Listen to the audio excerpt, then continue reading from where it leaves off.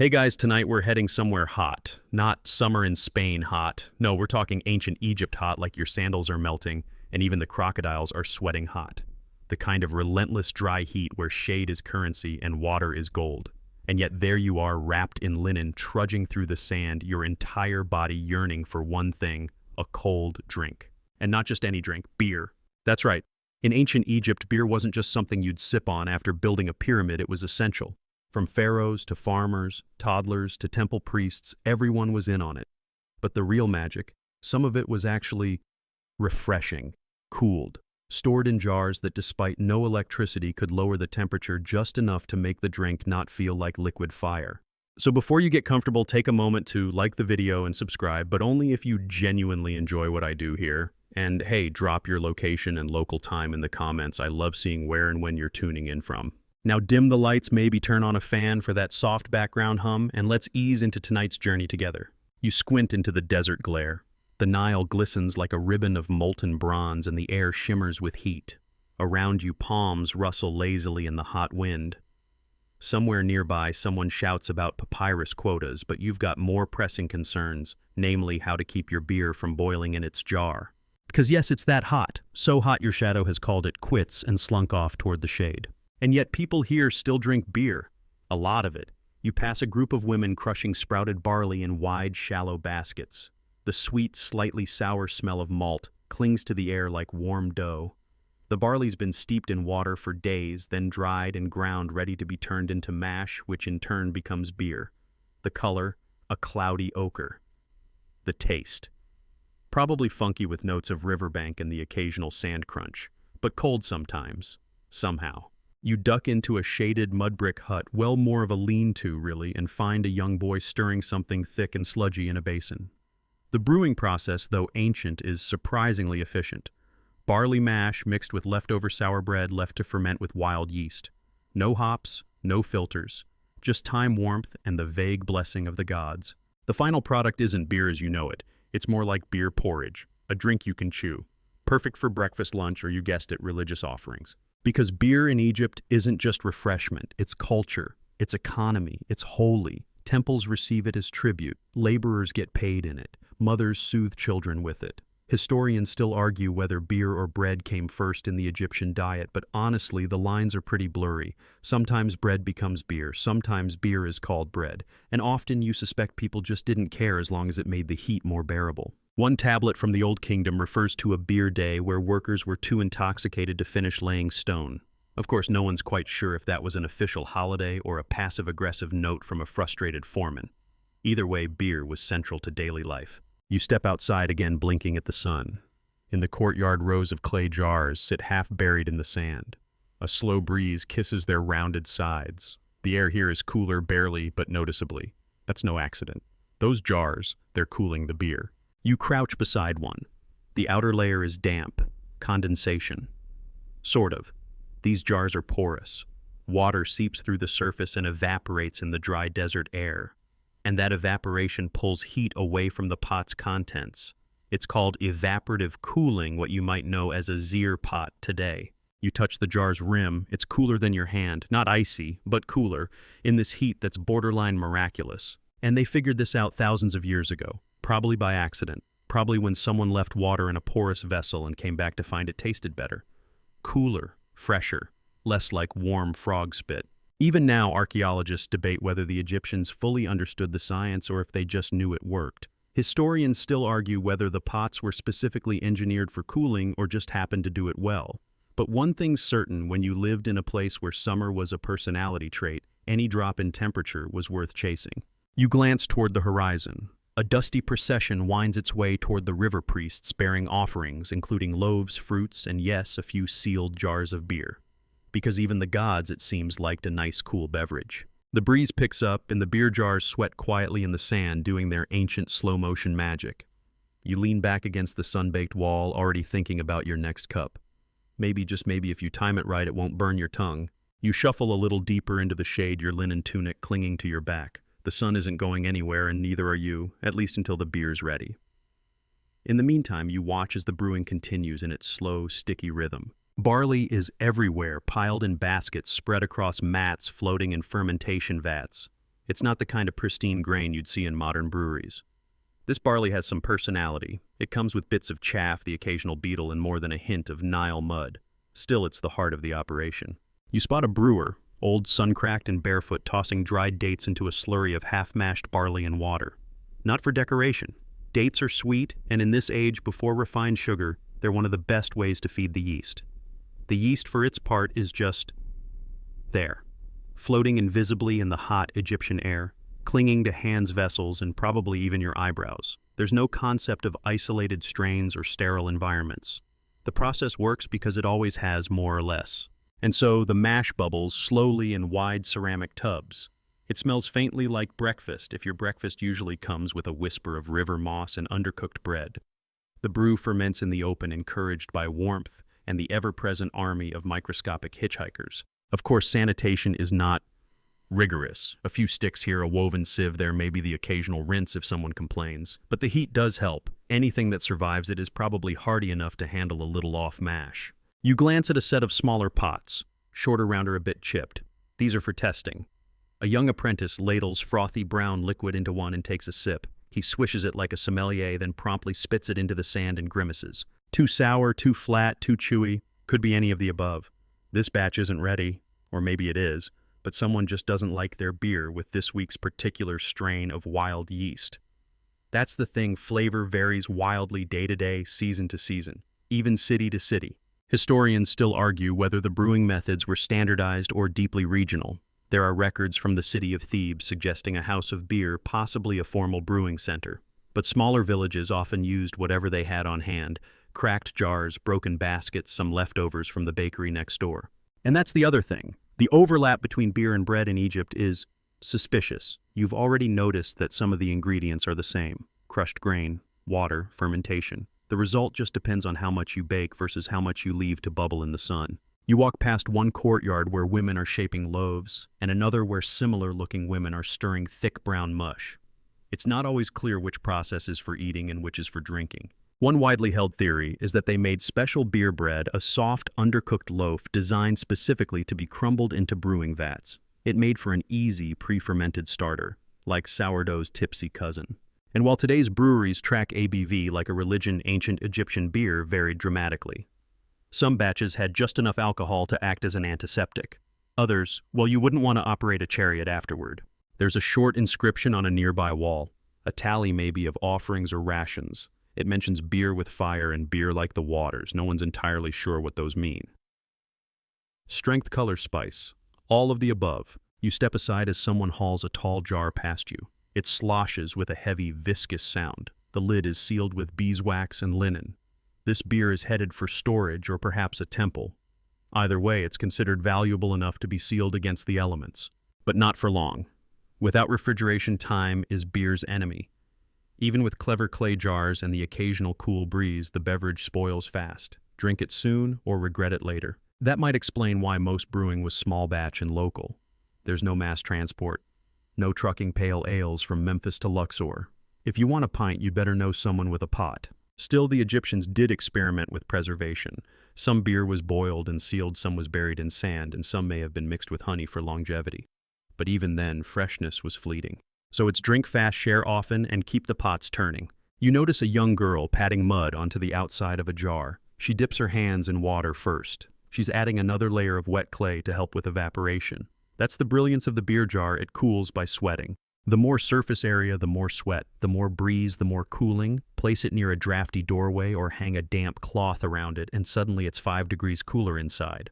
That may not sound like much, but when it's 110 degree F in the shade, 5 degrees is the difference between tolerable and tragic. A cat winds around your ankle's tail, twitching. Even it looks impressed by the operation. You reach for one of the cooling pots, lift the lid gently, and take a sip. It's drinkable, earthy, oddly fruity, still a little warm but not scalding. And in this heat, that's basically luxury. You lean against the doorway, cup in hand, wondering not for the first time how something this messy could be so consistent for so long. The Egyptians brewed like this for thousands of years. No machines, no thermometers, just instinct, sun clay, and a whole lot of patience. And maybe that's why it worked. When the world moved slowly, so did the beer. And if you waited just long enough, and if the pot was made just right, you might even get a sip of something cool. You're still sipping from your clay cup when a waft of something sweet and sharp hits your nose. It's not unpleasant, just fermented. Around the corner, another batch of beer is being prepared, but this one smells different, stronger. You follow the scent nose first and find yourself in a shaded alcove where the brewing has taken a more experimental turn. This isn't your everyday laborer's brew. The woman supervising this vat has jewelry on her wrists and a quiet intensity to her work. You recognize the markings on the pottery. This batch is destined for a temple, maybe even for the dead. Because in Egypt, beer wasn't just for the living, it followed you into the afterlife. Tomb inscriptions often list bread and beer among the offerings provided for the deceased, not as metaphor. Actual beer poured freshly into jars was left inside burial chambers. It was sustenance for the soul, just like physical food. Historians still argue whether this was purely symbolic or whether actual drinking was believed to occur in the hereafter. Either way, the pharaohs weren't taking chances. And neither apparently are the priests.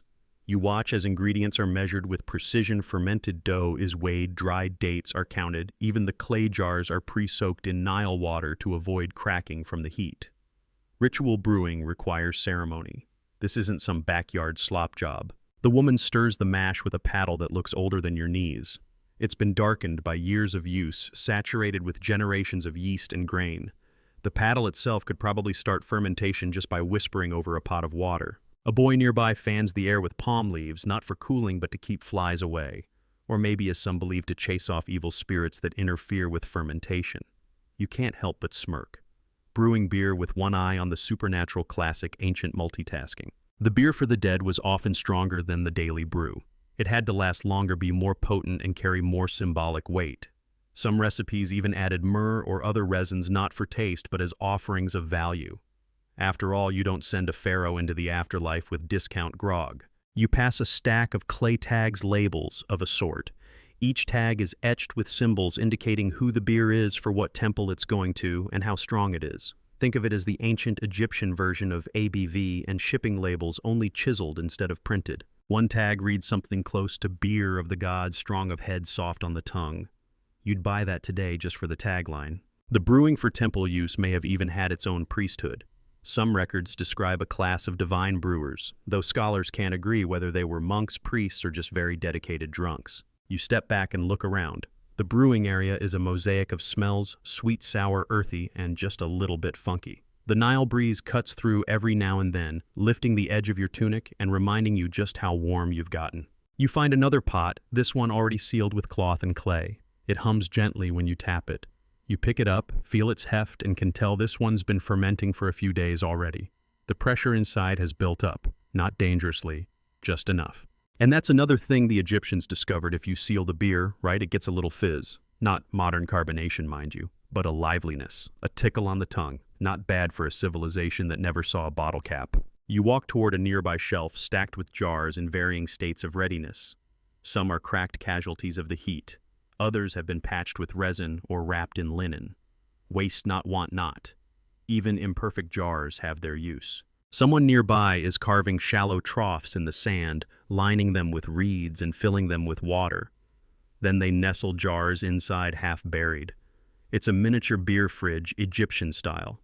The combination of water, wind, and evaporation brings the temperature down just enough to feel like a relief. Historians still argue whether beer cooling was an intentional practice or a happy accident. Did they design their pottery to be porous for this reason, or did they just notice that cool pots made better beer and roll with it? The written record is silent, but the jars speak volumes. You crouch beside a fresh batch and dip your fingers into the cooling water. It's muddy warm, but not hot. Beside it, a jar has a crude lid formed from stacked leaves and clay, a little crusty, a little flaky. You crack it open, and there it is, that unmistakable sour, sweet scent of almost ready beer. There's no bottling, no kegs. Once this jar is cracked, it's communal property. People drink straight from the rim, passing it around, letting the residue settle on their lips and in their teeth. It's thick enough to chew, light enough to sip, and strong enough to keep a small worker happy through a 12-hour shift in the sun. And if it's not good enough for sipping, that's fine. It goes back into the mash. Nothing is wasted. Every slosh, spill, and spoiled jar finds a second life as yeast starter animal feed or even as a mild cleaning agent. In a desert civilization, efficiency is king. A man nearby coughs through a mouthful of gritty beer. Too soon he mutters, shaking his head. You nod. Timing is everything. You look down at your cup again. It's empty. You hadn't noticed drinking it. You've slipped into the rhythm of this place, the lazy bubbling, the sun-baked jars, the steady thrum of survival through ingenuity. And all around you, beer slowly cools inside jars that seem almost magical in their simplicity. No wires, no machines, just clay water and time. Your footsteps crunch softly over sand and straw as you make your way toward a quieter corner of the compound. This isn't the bustling brewery you've grown accustomed to here. It's more experimental, almost secretive. You step into the shade of a low canopy woven from palm fronds and see what looks like a small classroom. Only instead of wax tablets or scrolls, the students are huddled around pots, miniature ones, each no larger than a melon. Someone's clearly tinkering with the art of brewing on a scale more fitting for a personal batch or maybe even a recipe trial. It's a rare sight beer as science, not just necessity. The air smells a little different here. Less sour, more aromatic. You catch a note of fenugreek, maybe a hint of carob or coriander. These aren't standard additions. Someone's been playing around with flavor. A young brewer notices your curious expression. She grins, plucks a sprig of something from a nearby bundle of herbs, and crumbles it into a simmering mash. For smooth dreams, she murmurs. You wonder whether she means flavor or dreams in the literal sense. In ancient Egypt, the line between taste and magic was often fuzzy. And she's not alone in her experimenting. You spot a tablet half buried in the sand with a curious symbol set next to the word for cool, a rare reference to temperature in brewing notes. Maybe. Historians still argue whether the Egyptians had a nuanced concept of cooling beyond simply shade and water. But here, the evidence suggests at least someone cared enough to measure outcomes. One pot nearby is wrapped with papyrus dipped in water, then left to dry. Another is half buried in black Nile silt, a method for maintaining dampness, which promotes evaporation. These folks aren't just brewing beer, they're engineering early refrigeration.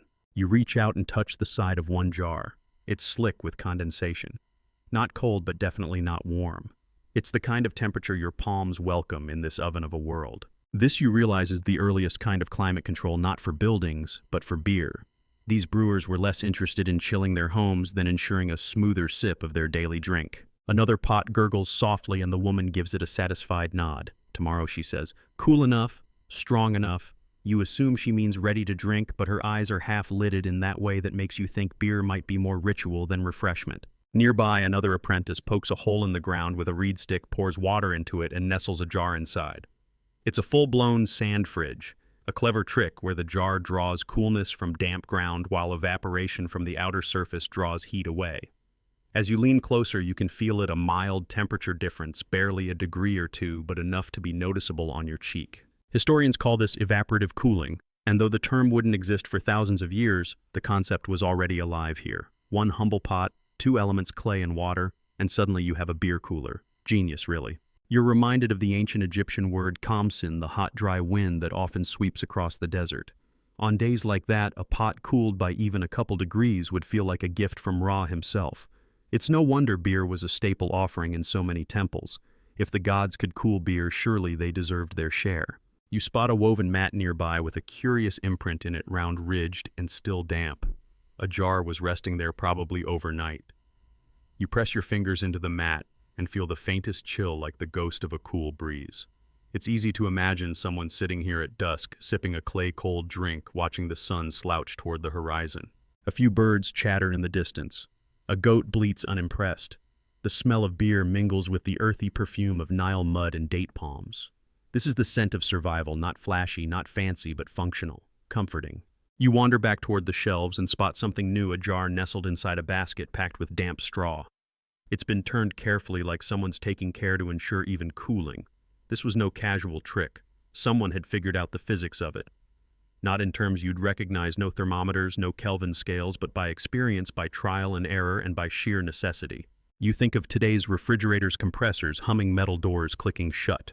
Then you look back at this humble pot, sweating quietly under the shade. It feels pure somehow, like the earth itself is helping chill the drink.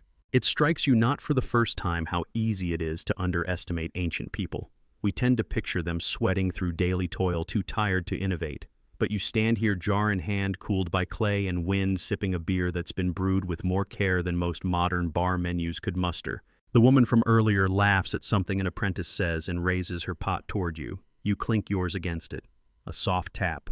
A toast not just to beer, but to the quiet brilliance of figuring things out with nothing but mud, sun, and time.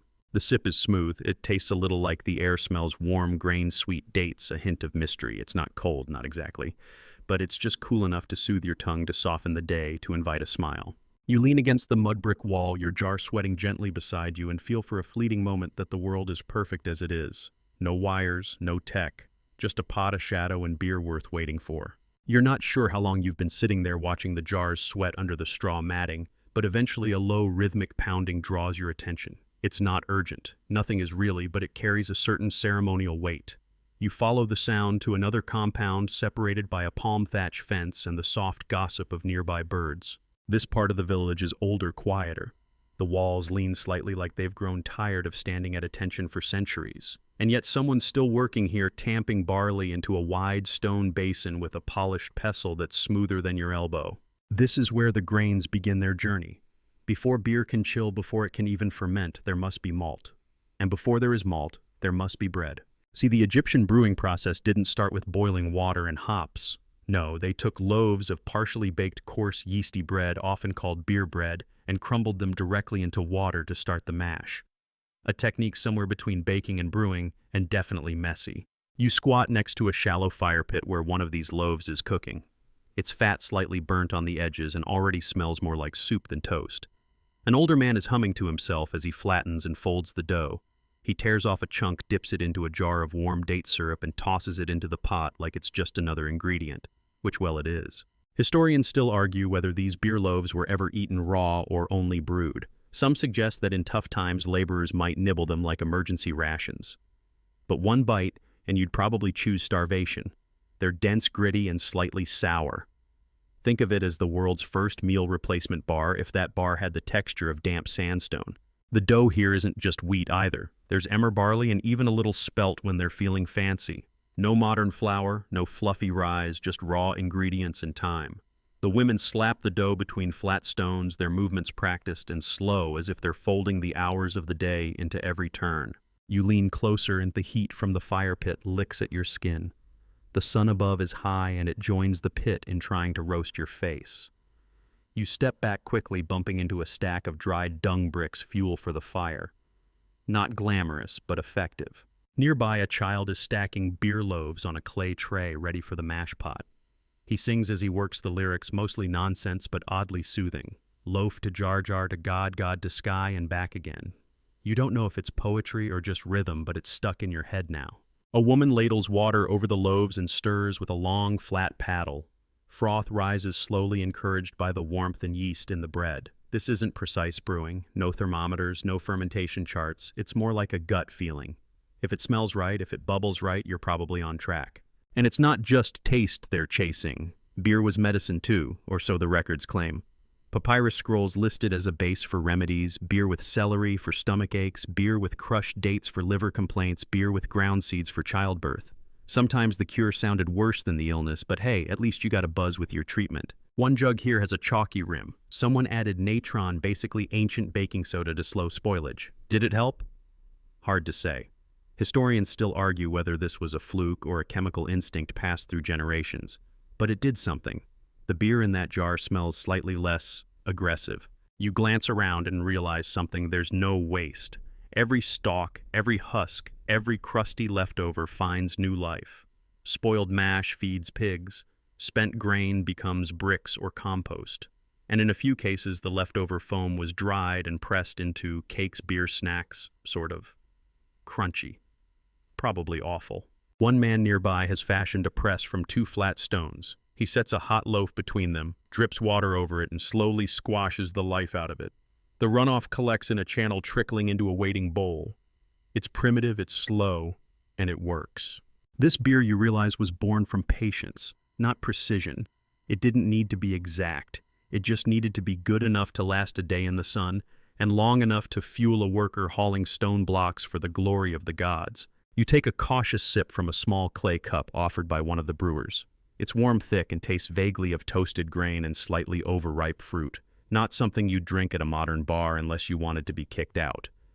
But here it's perfect. Familiar, honest. It coats your tongue, settles in your belly, and makes the heat feel less oppressive. It's no cocktail, but it's a balm. Off in the distance, someone calls out, maybe a signal that another batch is ready for cooling. You follow the sound weaving back through the woven fences and drying mats. Everywhere the rhythm continues. Bread becomes mash, mash becomes brew, brew becomes life. You step over a shallow channel lined with clay and realize it's part of the water system used to keep everything damp enough for evaporative cooling. It's easy to miss. That's the thing with ancient infrastructure, it hides in plain sight. And now with the sun beginning to dip, the cool jars will do their quiet work. Slowly, patiently, they'll chill the drink just enough for the evening's rest. No rush. The Nile has seen thousands of days like this. It can spare one more. You breathe in deeply. Grains heat clay damp straw. The scent of a civilization preserved one pot at a time. You're beginning to notice a rhythm to everything here, not just in the brewing but in life itself. The sun dictates more than light. It sets the tempo. And as the golden hours stretch across the compound, you catch the shift in pace. No longer frantic with grinding or stirring, the brewers now turn to the next critical step, fermentation. Fermentation, the real magic trick. You can't see it, you can't hear it, but it transforms sweet, sludgy mash into something that can buzz your head and soothe your bones. And here in ancient Egypt, they managed it without microscopes, without pH strips, just with instinct and observation. You follow a line of jars to a shaded room tucked against a cool north-facing wall. This is the quiet zone, the sanctuary. Clay pots sit still as sleeping cats' lids sealed with damp linen or little clay saucers. From the outside, it looks like a forgotten pantry. Inside each jar, though, chaos brews. Well-controlled chaos. One brewer, an older woman with hands like river stones, carefully lifts a lid and leans in. She sniffs not once but twice. She doesn't write anything down. Just gives a soft grunt, replaces the lid, and moves to the next. You ask what she's doing. She points to her nose. The nose knows. Historians still argue whether ancient Egyptians truly understood fermentation or if they were just repeating rituals that happened to work.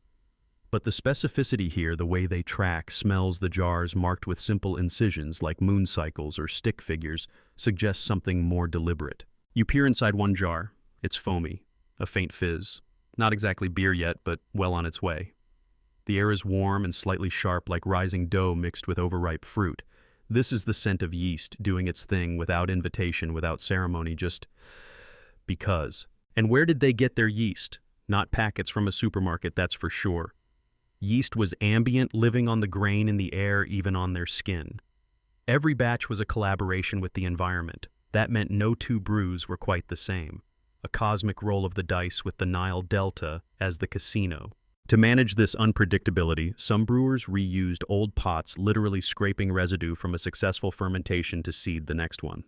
Kind of like sourdough starters today, but without the smug blog posts. You're shown a pot that's been in use for over 20 years. The bottom is dark-crusted with ancient layers and gives off a smell not unlike wet bread socks.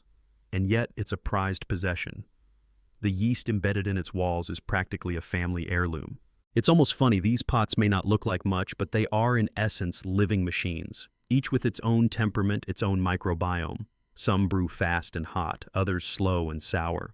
It's an art form that modern science is only just beginning to appreciate. At the back of the room, you notice a jar that's different. Taller, narrower, with a little reed poking out like a straw. It's been designed to collect CO2 venting just enough to prevent explosions. You ask about it and the brewer shrugs. For safety, she says. Also, it sings. And sure enough, the reed is whistling ever so faintly. A soft, sleepy wheeze like the jar is breathing. You sit down on a low stool and listen. One whistle, then another from across the room. Then silence. Then a bubbly sigh. It's a sleepy orchestra of slow, gurgling life. Nearby, someone fans the pots gently. Not for the yeast. Yeast doesn't need comfort, but to keep flies away. That's the other trick, keeping things clean enough to avoid spoiling, but not so sterile that the yeast dies of loneliness. A tricky balance, especially when your sanitation toolkit includes sand salt and maybe a strongly worded prayer. You're offered a taste, just a sip from a fermentation still mid-process. It's cloudy, tangy, almost vinegar sharp. But behind the sourness is something alive. A twang, a spark. Not quite beer yet, but on its way to becoming a full-bodied brew by morning. The brewer leans in and whispers something about the moon. Whether she believes it controls the yeast or whether it's just part of the ritual, you're not sure.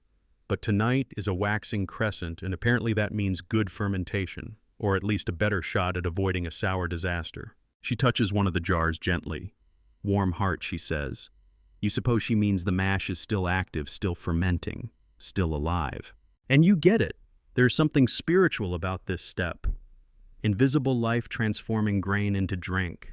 No flames, no obvious movement, just quiet alchemy. As the sun sets, shadows stretch long across the floor.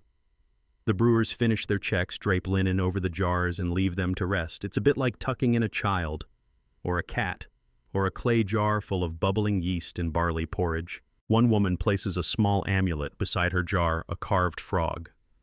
A symbol of fertility, yes, but also of transformation. You watch her for a moment and she smiles. For luck, she says. You stand to leave and the cool air brushes your arms.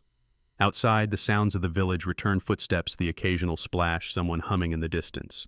But in this room, it's still, warm, slightly sour, and deeply peaceful. These jars will sit overnight, slowly turning sugar to alcohol, chaos to calm.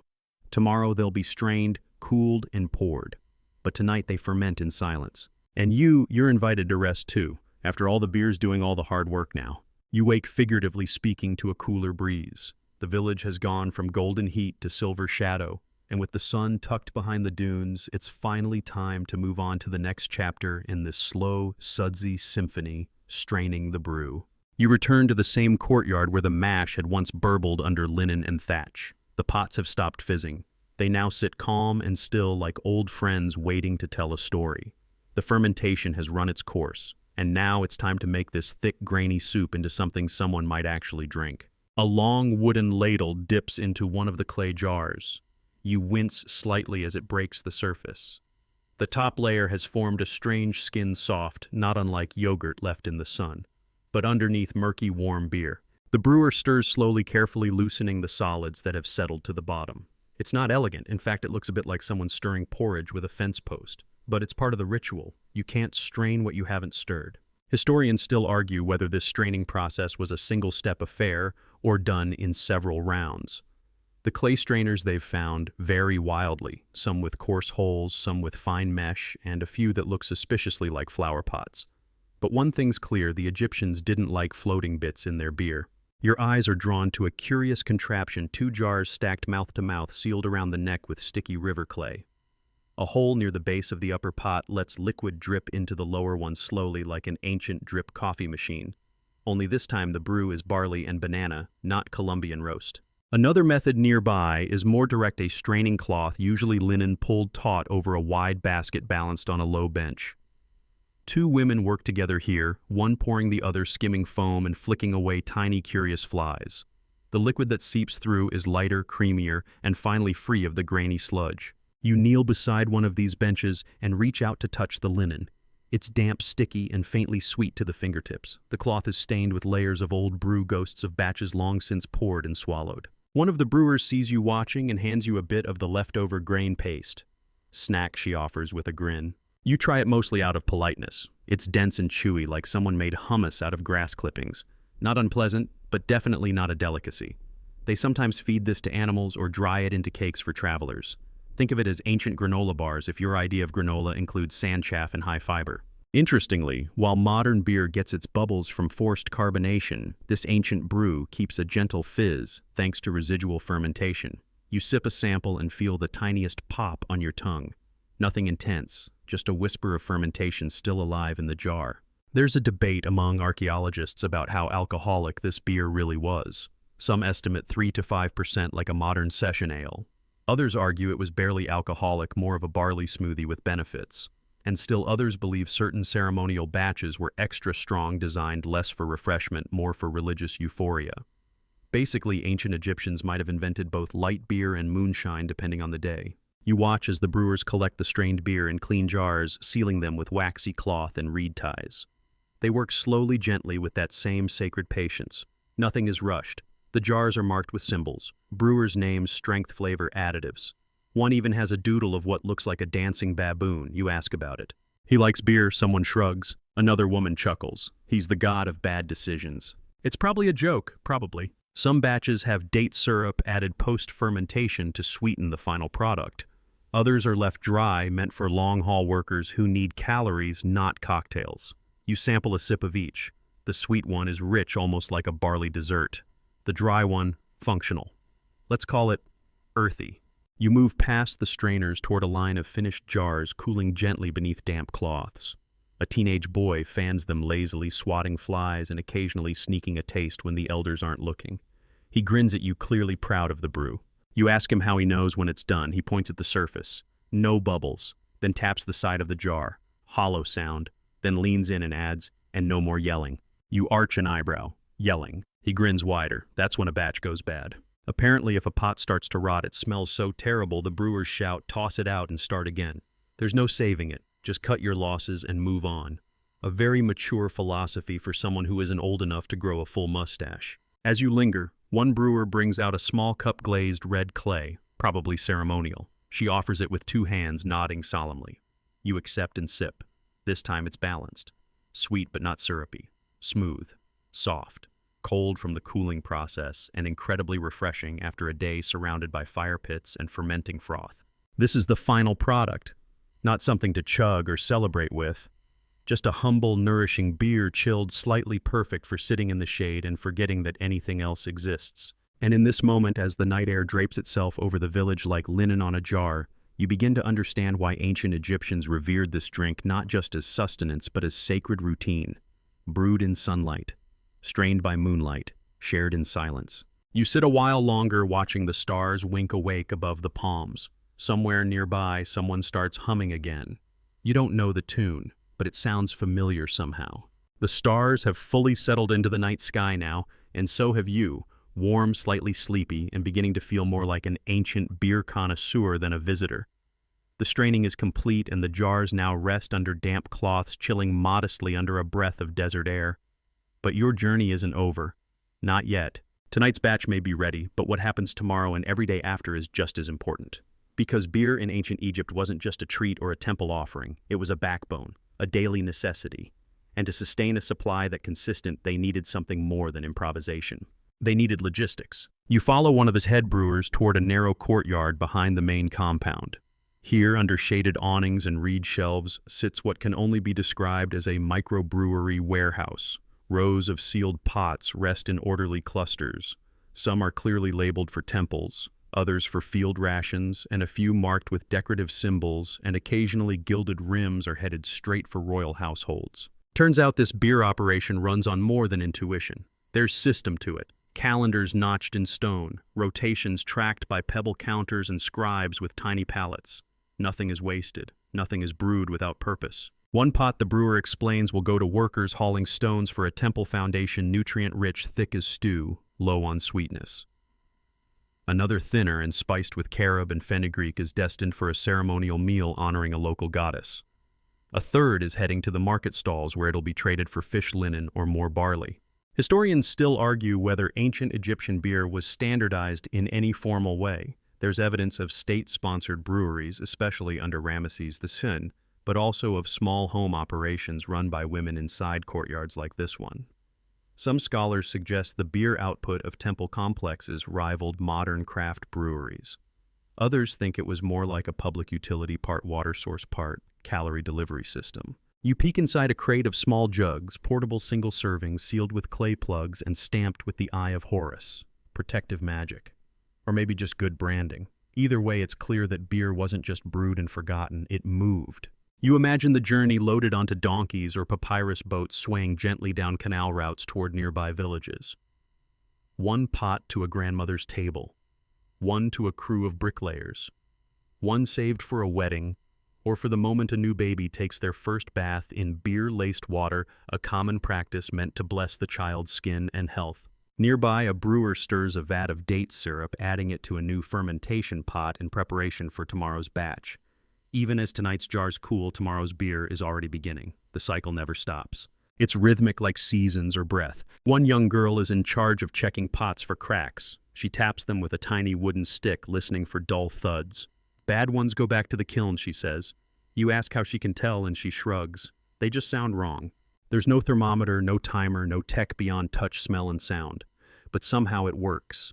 The human senses are the real tools here, refined over generations of repetition. You spot a few pots with painted scenes, musicians, dancers, even cats lounging beside jars. Not decorative, you're told, just hopeful. Good beer tastes better when the pot smiles back. Even beer jars made for burial have distinct marks. Yes, the dead drank too. Or were supposed to. Many tombs included beer, usually in smaller jars, often paired with flatbread. It wasn't just symbolic, it was provisioning. A little something to tide you over in the afterlife in case heaven didn't come with room service. Back inside the brewery, a separate corner is reserved for testing and learning. Novice brewers try new blends here. Some succeed, most don't. One pot nearby has a smell that makes your nose crinkle. The brewer laughs. Too much fig. Not enough patience. Still, nothing is tossed without analysis. They take notes not on paper but in oral traditions passed down through storytelling and song. One brewer recites a slow chant as she stirs, and you realize it's a recipe, lyrics disguised as instructions. It's oddly catchy. You hum along. Among the store jars, you notice some shaped differently. Taller, thinner necks, almost like wine bottles. These are the cold pots specifically designed for desert chilling. They cool faster and retain that temperature longer.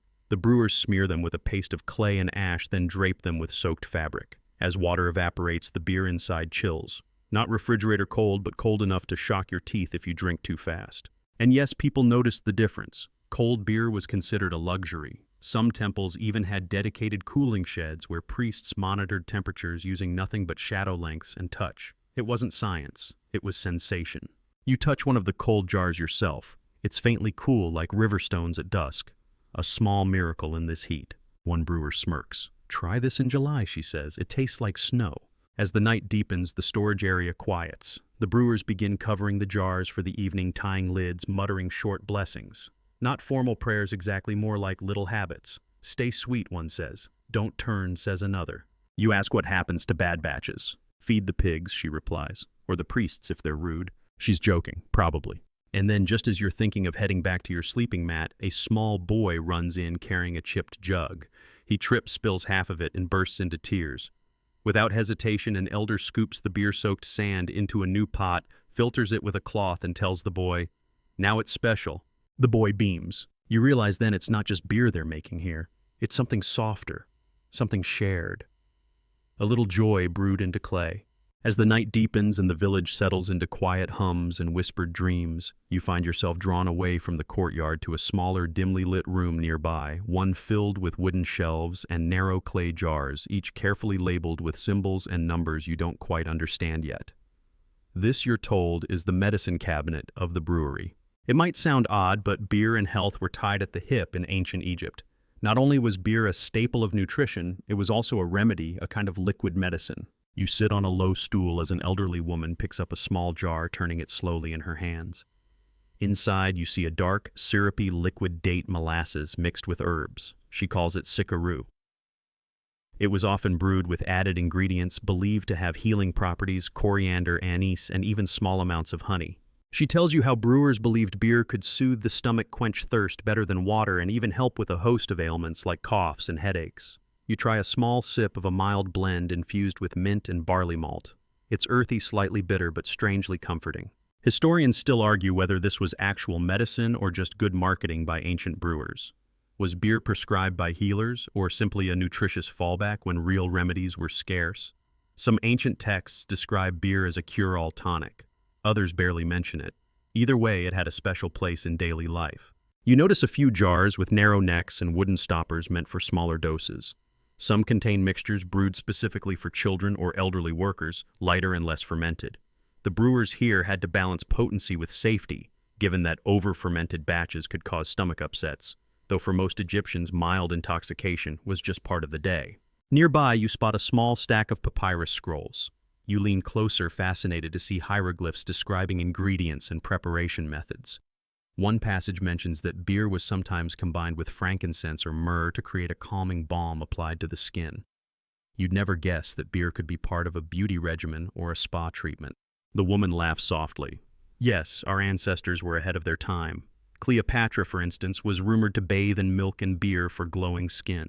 You ask if there are any peculiar or surprising remedies involving beer. She nods eagerly and recounts a curious practice in some villages. Sick children were given beer mixed with crocodile dung as a protective charm. You pause. This is definitely one of those moments where you wonder if ancient Egyptians were just inventing medicine or wildly experimenting. This leads to a small debate among scholars. Was this practice an effective antimicrobial treatment or simply superstition? Some believe the dung had antibacterial properties. Others see it as symbolic protection against evil spirits. Either way, it's a vivid reminder of how entwined belief and science were. As you sit, you notice the faint aroma of baked bread drifting through the air, another staple closely linked to beer production. The brewers used leftover mash and grain to bake flatbreads, creating a zero-waste system that fed families and workers alike. There's a rhythm to this place, you think, a quiet harmony between nourishment, healing, and community. Beer was more than just a beverage. It was a thread woven into the fabric of daily life, health, and even religion. You sip the mild mint blend once more and feel a soft warmth spread through your chest. The night feels gentler here, softer somehow, like the whole world has slowed down to a calm, comforting pulse. Outside, the faint call of an owl echoes through the palms. Somewhere a child stirs in a reed crib. You realize you've been holding your breath, mesmerized by this blend of science and ritual. You breathe out slowly, settling into the embrace of history's quiet moments, where beer is not just an ancient drink, but a living story in every sip. By now, you've probably lost track of time. There's no clock here, just the low rustle of night winds and the soft clinking of jars being moved gently in the dark. And yet you feel it a shift. The brewery is winding down, but the story still simmers. Tonight you're invited to a special event, the ceremonial beer offering at the village's modest temple. It's not grand, just a stone enclosure with a few painted walls and incense holders, but it hums with importance. Because beer in ancient Egypt wasn't only for drinking, it was sacred. As you approach the entrance, the high priest gives you a small clay cup. It's filled with a thick spiced beer blend, slightly sweet with an odd tang like carob and tamarind. You sip slowly and the flavor settles on your tongue like a lullaby in liquid form. Tonight's offering honors Hathor, the goddess of joy, fertility, and conveniently beer. She was often depicted with a sistrum in one hand and a full jug in the other. Her temples were known for celebration dance and music, but also for rituals involving alcohol as a way to reach altered states divine, or at least drowsy. You settle beside a low platform where offerings are being arranged, loaves of bread, dried figs, honey, and of course several vessels of beer. Some are standard issue, some elaborately decorated, complete with painted lotus flowers and gold leaf lids. Each vessel is blessed with a brief chant before being placed on the altar. Historians still debate whether these offerings were meant purely for symbolic use or if they were consumed by priests afterward. Some say it was a divine transaction. Others whisper that temple staff simply enjoyed a divine after-party. The line between sacred and snack was a bit blurry, as with many ancient practices. The priest explains that during certain festivals, particularly the Festival of Drunkenness, beer played a major role. Attendees would drink, dance, and lose themselves, mimicking the myth of how Hathor was calmed from a destructive rampage by being tricked into drinking dyed beer, thinking it was blood. She drank, grew sleepy, and forgot her fury. Thus beer literally saved the world, a comforting notion depending on your tolerance. You imagine the scene, thousands of celebrants raising their mugs to the rising sun, swaying gently to sistrum beats, eyelids heavy, not with exhaustion, but with sacred buzz. A community unified not by doctrine or dogma, but by a shared, sleepy euphoria. The temple walls are decorated with scenes of brewing gods pouring liquid into pots, women grinding grain, servants carrying trays of offerings. Beer was everywhere, divine and domestic, symbolic and soothing. There's a quiet reverence to this place, but it's not stern. You don't feel judged here. If anything, the deities of drink seem relaxed, tolerant, ready to let you nap in a sunbeam or wander tipsily through fields of barley in your dreams. The priest shows you a carved stela commemorating a king's gift of 3,000 beer jars to the gods. A humble donation perhaps, or a cosmic bribe. Hard to say. But it's clear beer wasn't just for laborers and peasants. Pharaohs too drank deeply. Nearby, a younger acolyte prepares a smaller shrine, a portable altar taken to remote farms during planting and harvest. Beer was offered before the first seed was sown, and again when the grain was milled. It was a cycle, a ritual of gratitude and hope. And though we'll never know the exact prayers spoken over each vessel, you sense they carried similar themes. May this nourish us. May this cool our tongues. May we sleep with full bellies and wake in peace. The acolyte adds a few petals to a jar lid, and for a moment the scent of marigold mingles with malt. It's oddly beautiful. You wonder what modern rituals will leave behind: coffee mugs on desks, empty wine bottles at weddings, our own sacred containers of comfort and celebration. As the priest extinguishes the last incense stick, you're invited to touch one of the offered jars, a blessing through contact. You place your hand on the sun-warmed clay and feel a soft hum, or maybe that's just your heartbeat syncing with the night. And suddenly you realize this isn't just history, this is presence. A lived moment echoing across millennia. A jar of beer cradled in clay, offered with love and a little hope. You close your eyes and the story continues, not in books or scrolls, but in the gentle clink of clay cups, the flicker of lamplight, and the feeling that even the gods might enjoy a quiet drink before bed. You wake, or perhaps you never truly slept, on a woven mat beneath the shadow of a sycamore tree. Morning has not yet broken, but the sky has softened into that velvety blue of pre-dawn quiet. A soft breeze rustles the reeds nearby. You stretch and someone hands you a small loaf of warm barley bread, still soft from the kiln. It pairs beautifully with the chilled remains of yesterday's brew. Breakfast of champions, or at least breakfast of very sleepy temple assistants. Today you're joining a small team headed to one of the granaries. These are the silent engines behind beer's magic, the places where grain is measured, sorted, and taxed. Yes, taxed. Because beer wasn't just food or faith. It was economy. The building is massive, with thick walls of mud brick to keep out the heat. Inside, clay jars line the walls, each tagged with inked marks to track contents and quantity. Some of the grains are destined for bread, others for beer, and still others held in reserve for the state. An overseer draped in fine linen and wearing a slightly too serious expression explains the math. Every worker received rations, daily allotments of beer and bread, carefully tracked, adjusted, and sometimes docked for infractions. Yes, even in the afterlife. Many tomb inscriptions begged the gods for ample beer rations in eternity. A bureaucratic paradise, if you will. You wander among the scribes, young men with dark-stained fingers from hours of ink work. They sit cross-legged, recording deliveries, returns, and losses. You watch one adjust a tablet to reflect that a shipment from a farm upriver arrived a day late. A minor detail, but one that might ripple down the line. Historians still debate the exact scope of Egypt's beer economy. Was it truly a state-controlled staple, or more of a local barter system dressed up in bureaucracy? Some point to temple archives where beer was carefully recorded alongside gold and linen. Others say personal brewing thrived outside official channels. The truth, as usual, may lie somewhere in the foam. You step outside and follow two boys carrying sacks of grain to a small courtyard. There, a woman with arms like tree trunks and a smile that could break stone begins to thresh and winnow the grain, flinging it skyward so the breeze can carry off the chaff. There's a rhythm to it, a kind of soft music. You watch, half hypnotized, as the light catches each tumbling husk. Suddenly, someone hands you a wooden paddle.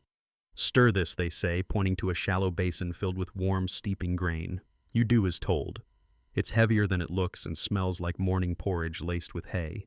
This is the mash stage, where sugars begin to break down. It strikes you as you lean into the slow circular motion. Beer is not a fast drink. It's not shaken, not stirred. It's coaxed, nursed, tended like a tiny miracle that takes days to mature. Nearby, a child giggles as she tries to grind grain with a miniature quernstone. She's not very effective, but no one minds. This is how it begins. Play turns to practice, practice to tradition. Someone shares a story about a regional official who tried to cheat the system by watering down state-issued beer. He was caught when a worker passed out from dehydration during midday heat. The man was fined, of course, not for cruelty, but for skimming off sacred beer. Priorities right. But enforcement wasn't always strict. In smaller villages, records were more like suggestions. As long as everyone was fed and a portion made it to the temple or the palace, the gods and the taxmen were mostly satisfied. You pause for a moment, hands still in the mash. It's starting to cool. Time to transfer it to the fermenting jars. A team begins the process, pouring the mixture carefully through sieves to remove solids. You note how they use woven reed mats for straining, efficient and biodegradable. And as the jars are sealed with mud and placed in a shaded corner, the overseer checks. His board mutters something about yield projections and returns to his numbers.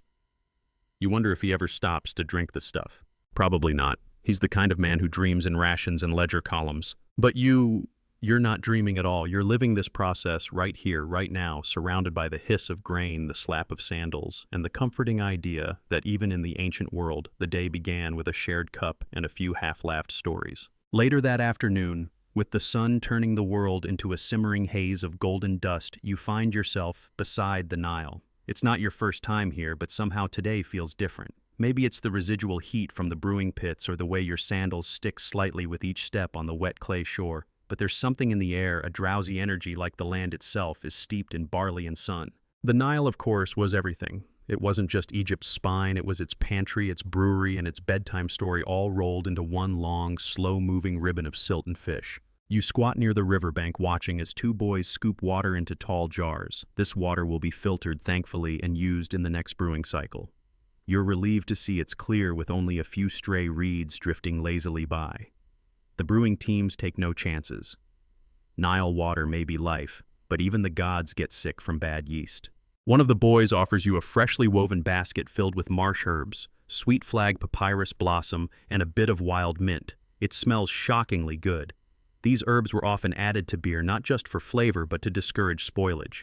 Historians still debate whether certain Egyptian beers were intentionally medicinal or simply lucky accidents of plant synergy. You nibble a leaf. It tastes like pepper and toothpaste had a mild disagreement. Nearby, a group of women are rinsing large fermentation jars, scrubbing them with sandy river mud and trailing moss. The jars are enormous, nearly chest-high, and their interiors are coated with a fine amber glaze of yeast residue. The smell is complex, warm yeasty with hints of fig and stone. One of the women pats the side of a jar and jokes that this one's cursed. Too many dreams, she says with a wink, and the others laugh.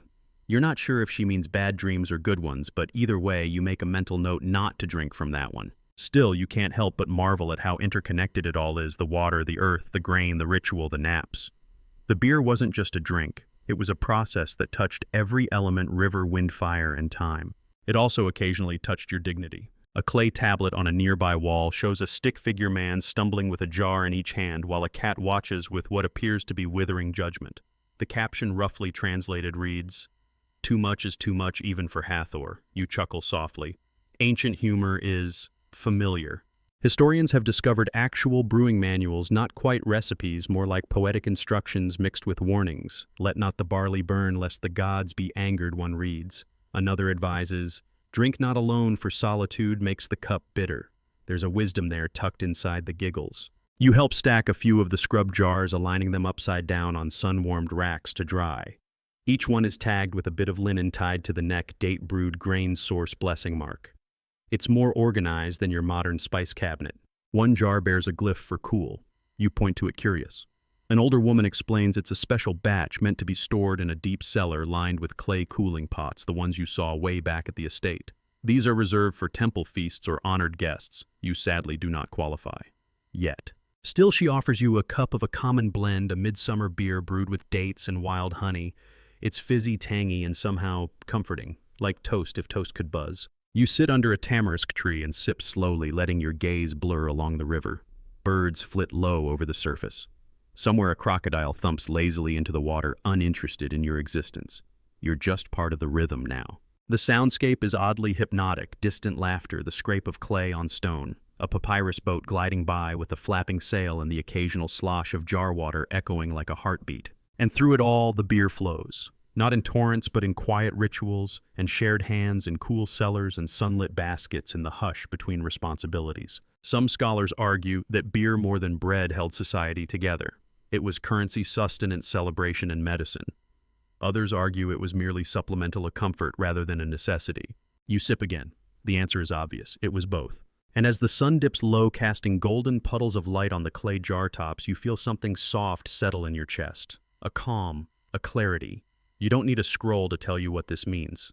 It means the day was well spent. The sky has slipped into that gentle violet shade that only Egypt seems to manage, a bruised dusk that softens everything, even the sharp corners of clay pots and the long shadows of temple walls. You're seated on a low stone step just outside the brewer's quarters, a still warm cup of mild date beer in hand. It's your third cup of the day, though no one's counting. Or if they are, they're doing it silently with a slight grin and a shrug.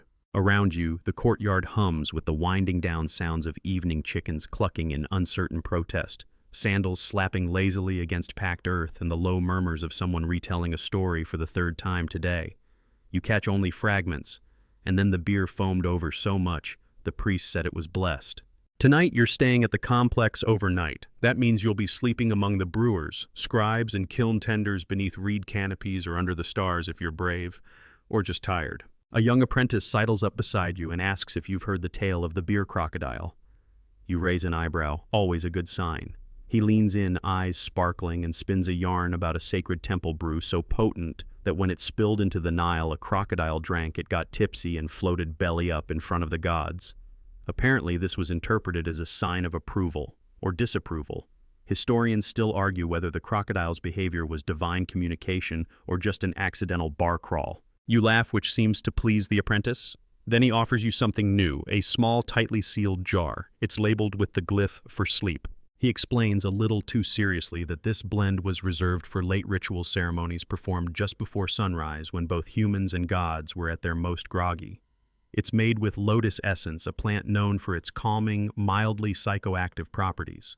You sniff the opening floral grassy with a hint of sandalwood. It's not so much beer as it is a lullaby in a cup. You sip it and the change is subtle but undeniable. The edges of your thoughts round off. The night thickens pleasantly. Even the stones under your sandals seem to soften. It's here in this twilight daze that one of the elders begins to speak. No formal announcement, no ceremony, just a quiet story shared among quiet people. She speaks of a time long before even the pyramids, when the first brewers were women who called themselves "she who softens the earth." They worked not for wages, but for blessings. Beer was not just food or offering, it was the medium between worlds. She talks of funerary jars found in tombs, some still sealed, still aromatic after thousands of years. Of symbolic labels reading for the journey meant to accompany souls into the afterlife, presumably to keep them company through the paperwork. There's one jar, she says, found in the tomb of a brewer priest with a label that read simply, "May this be cool," a modest prayer if ever there was one. You lie back now, flat on a mat beneath the open sky. The stars are coming out in stages like hesitant actors unsure of their cue. You feel the coolness of the clay below you, the warmth of the brew inside you, and the gentle buzz of a culture that truly lived by its beer. The air smells of crushed barley and fading smoke of warm yeast and dry stone, and silence. A good kind of silence, the kind that stretches. A clay dog whistle sounds somewhere in the distance, someone calling home their flock. You hear frogs begin their low nightly thrum by the riverside. Everything is ready for sleep, even the gods. The old woman finishes her story, and there's no applause. Just a few soft nods, a chuckle, a muttered, "She tells it the same every time." But no one minds. The story is older than memory, and every telling helps it breathe. You close your eyes. In your last moment of wakefulness, you feel a breeze pass over the mat and imagine just for a second that it's not wind at all, but the faint breath of a jar cracked open 3,000 years ago.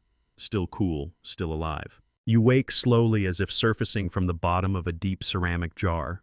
The clay mat beneath you has held the nights cool like a secret, and the sky above is beginning to pale into that dusty rose color that always seems more ancient than the buildings themselves. There's a distant rhythm, thump, scrape, swish, that tugs you gently toward full consciousness. It's the sound of morning preparation of brewers stirring barley mash with long wooden paddles, the grain thick and warm and slightly sweet-smelling. Even in the early hours, the brew must continue. Sleep may be sacred, but beer waits for no one. You sit up, stretch carefully, and catch sight of your sandals neatly aligned by a small loaf of bread someone's left as a quiet breakfast offering. Or maybe it was just dropped. Either way, you take it as a good omen. Nearby, two men are arguing in hushed tones over how long the clay jars should sit buried before achieving the ideal chill. One insists 4 hours. The other swears by 6 and quotes a proverb involving hippos, which you're almost certain he's just invented. Historians still argue whether these cooling durations were scientifically tested or passed down like grandma's soup recipes, vague, inconsistent, but weirdly effective. You return to the brewery courtyard where the stone floor is already warming in the sunlight. Steam rises in soft curls from shallow pits where yesterday's mash water is being poured out and repurposed. Nothing is wasted here. The waste grain will be used for animal feed, the sediment added to brick mixes, and the foam, Well, the foam is sometimes scooped off and thrown at your apprentice friend's face, much to everyone's sleepy amusement. You lean over a fermentation jar and peer inside. The surface bubbles slowly, peacefully, like it's breathing. This particular jar is part of an experiment, a blend of emmer wheat, barley, and crushed figs. One scribe says it's modeled after a recipe found in the tomb of a queen who allegedly drank only fig beer. You wonder if that's a real preference or just royal marketing. As you continue your wander, you pass a wall covered in faded frescoes. They show rows of brewers working in sequence, grinding, boiling, mixing, cooling, sealing. The progression looks almost like a dance, and the figures, though stylized, are all smiling. Whether that was artistic liberty or genuine brewing joy is unclear, but you like to think it's the latter. In one corner of the wall, you notice a small but telling detail, a child sneaking a sip from a frothy bowl, while a cat sits nearby looking scandalized. It's not exactly an official record, but sometimes those are the ones that tell you the most. You return to the shaded edge of the complex where several scribes are writing logs not in papyrus scrolls today, but directly onto clay tablets. They're cataloging every step of the previous day's brew, the time the water was drawn, the grain ratios, the cooling conditions, the number of wasp stings incurred, just one, surprisingly. It's tedious, yes, but essential. The Egyptians weren't just making beer, they were documenting it like sacred math. And maybe it was. After all, the daily brewing was also a devotional act. Offerings were made to Hathor, the goddess of joy, love, and most conveniently beer. You notice one jar set aside with her emblem painted on it in blue pigment. That jar, you're told, will be poured out during a temple ceremony tonight, not drunk poured. A full batch spilled in gratitude. You raise an eyebrow at the waste, but the head brewer just shrugs. It's not wasted, he says. She likes the smell. Now that you're fully awake, someone hands you a cup. Not of beer this time, but a warm barley broth flavored with fennel and honey.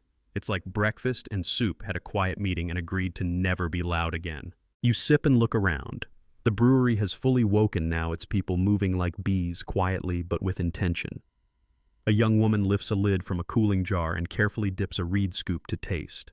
She frowns, then smiles satisfied. Not too sour, not too bland. There's talk of sending a batch to the scribal school across the river. They need beer for their evening prayers and revision work. Beer helps with memory, one scribe jokes. Another mutters that it mostly helps them forget how long the recitations are. A fresh breeze passes through the courtyard, ruffling the hanging linen that shades the workstations. You close your eyes briefly, feeling the draft against your face, and hear the familiar hiss of a water jug being poured over hot stone, instant fragrant steam. It carries with it the aroma of yesterday's barley, of new clay, of warm river wind. This place, you realize, doesn't just make beer. It is beer, its rhythms, its rituals, its grainy jokes, its hours of waiting and perfect temperature shifts. It's a slow, patient miracle that happens over and over again in the same worn grooves. And all of it, every jar, every hymn, every sleepy-eyed sip at dawn, somehow leads back to one very human desire to hold something cool in your hands under a hot sun and say, "Ah, that's better." You remain in the brewery long enough to watch the sun climb over the temple walls, flooding the yard with a gold so thick and warm it almost feels drinkable. Somewhere nearby, someone drops a lid. It clatters like a cymbal, startling a group of ibises into a flurry of wings and annoyed squawks. The day has truly begun now. You wander back toward the storage cellars, ducking under reed mats that sway in the breeze. The brewers are preparing to seal several jars for transport destined for temple festivals, noble households, or even shipments down the Nile to military outposts. These aren't your casual beer runs. Each jar is hand-marked with the origin brew date, and in some cases, cheeky names like Sunset Smooth or Lotus Surprise. Humor apparently ages well. You pause to observe the sealing process. A thin linen cloth is placed over the mouth of the jar, followed by a thick clay cap which is pressed down firmly and inscribed with a little glyph resembling a papyrus plant. It's the symbol for calm. Whether it refers to the beer, the drinker, or the gods themselves is left to interpretation. One brewer taps a jar lightly with a stick and listens. If it hums, he says the beer's still dreaming. You nod as if this makes sense. It sort of does. Nearby, a young boy is using leftover clay to make a little figurine.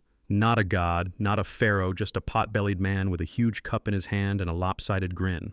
It's strangely touching. Perhaps that's how people would rather be remembered, not conquering the world, but enjoying a good brew on a hot day.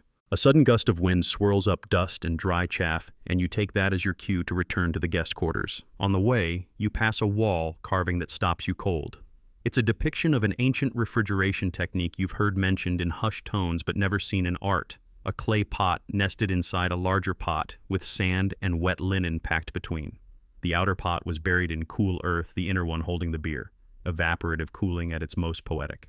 The carving shows a man bearded, serene, barefoot, sitting next to the contraption with his eyes half-lidded, sipping quietly as the stars come out. It's titled simply Peaceful Night. You smile. Somehow this all feels timeless. You could be him. Maybe you are. As you duck inside the sleeping quarters, the stone walls offer an instant drop in temperature. The fan-shaped palm mats flutter slightly with the air currents, and the scent of old yeast and lotus oil lingers in the cool air. You lie back down, arms behind your head, the hard pillow oddly comforting after the day's gentle chaos. Before you close your eyes, one last memory flickers to the surface, a conversation from the night before.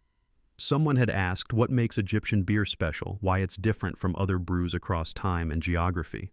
The old brewer's answer was simple. It doesn't just quench your thirst, it slows the world down. And maybe that's what you've really been learning this whole time. That even in a civilization obsessed with order, calculation, and eternity, there was always space for one beautifully inefficient luxury, a drink that took days to make, cooled with desert tricks and sipped under the stars with no particular urgency. A drink that slowed things down just enough for stories to unfold, laughter to echo longer, and dreams to begin before you even fell asleep. You roll onto your side and let the cool stone press against your cheek. The brewery continues its rhythm outside, measured, ancient, quietly miraculous. And now it's time for everything to wind down. Wind down 300 words. The sounds of the brewery fade to a low, comforting murmur like a lullaby whispered through clay walls. The air cools further as if the desert itself has exhaled and settled into sleep. The last light of the day is slipping away, tracing soft shadows across the stone floors, brushing gently against half-finished jars and dust-coated shelves. You feel your breath grow slower, each inhale like drawing in the calm of centuries, each exhale a letting go of the noise, the day, the world beyond this moment. The story of Egyptian beer is still there, humming gently in the background. Sweet, barley cool clay, worn hands passing on secret knowledge from generation to generation. You picture those ancient pots resting beneath the sand lids, sealed, their contents still dreaming in the dark. A patience that's almost holy.